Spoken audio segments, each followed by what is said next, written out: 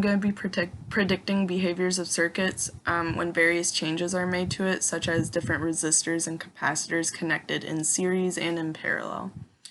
I'm going to be looking at the relationship between potential difference resistance and conventional current, which is a core idea in this lab per Ohm's law. I'm also going to be applying the loop rule in conservation of charge and energy. The loop rule is the idea that delta V total equals 0, no matter what in a circuit. And I'm also going to be considering current conservation and the node rule. Some of my main results were that the current and potential were always conserved no matter what happened, what I did to the circuits, what I added or took away. In the first picture, the top ammeter is ammeter number 1, the bottom ammeter is ammeter number 2.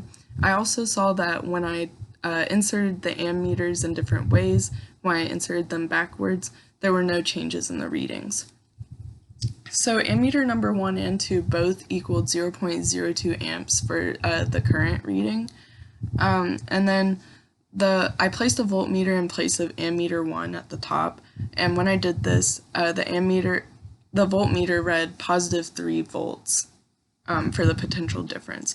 And then ammeter number 2 read 0 amps, showing that the current wasn't flowing through because it was an open circuit. In the bottom picture, we can see the paths that I took to measure potential differences in various areas of the circuit. And after I did this, I was able to add them up, and I followed the loop rule. And in doing this, I see that it does in fact follow the loop rule, and the potential differences add up to be 0. After this, I placed an ammeter in parallel with the 100 ohm resistor, and I saw that the current flow increased to 0.06 amps for both of the ammeters. And this shows that the current was able to completely bypass the 100 ohm resistor and therefore take a path of lesser resistance, which was where the ammeter was placed in parallel. In this graph, we can see that I plotted potential versus position on a circuit, and it makes sense because potential difference decreases over the two resistors. Ideally, the voltmeter should have 0 resistance in this lab, which would allow the current to continuously flow through so that the ammeter reading doesn't change. And also, the ammeter readings depend on voltage and resistance, and this is in accordance with Ohm's law. So voltage and resistance doesn't actually change in this circuit, so therefore the ammeter reading doesn't change.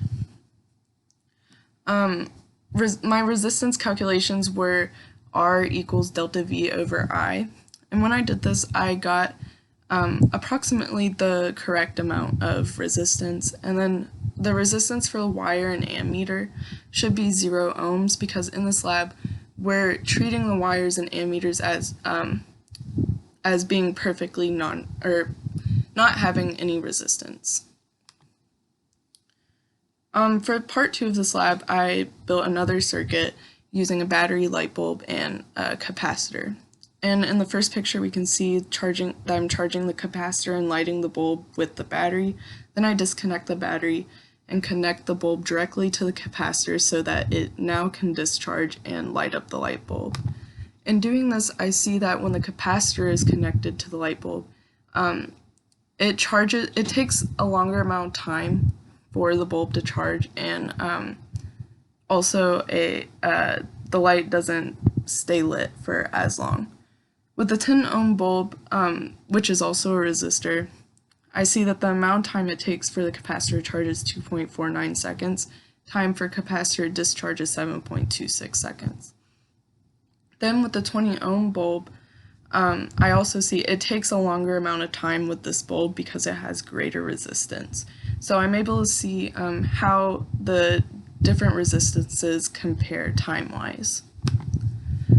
Then for the last part of the lab, I had to compare voltages across time. So for a 20-second interval, I measured the voltage across the capacitor, and I plotted this as ln delta V over V naught versus time, and then I got a line equation which then gave me the slope. So from the slope, I'm able to figure out the RC constant, which is resistance times capacitance. And I got 3.034 ohms times farads. So in conclusion, charge and current are always conserved no matter what changes are made to the circuit.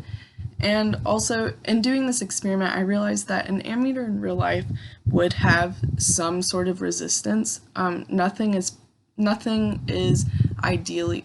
ideally no resistance.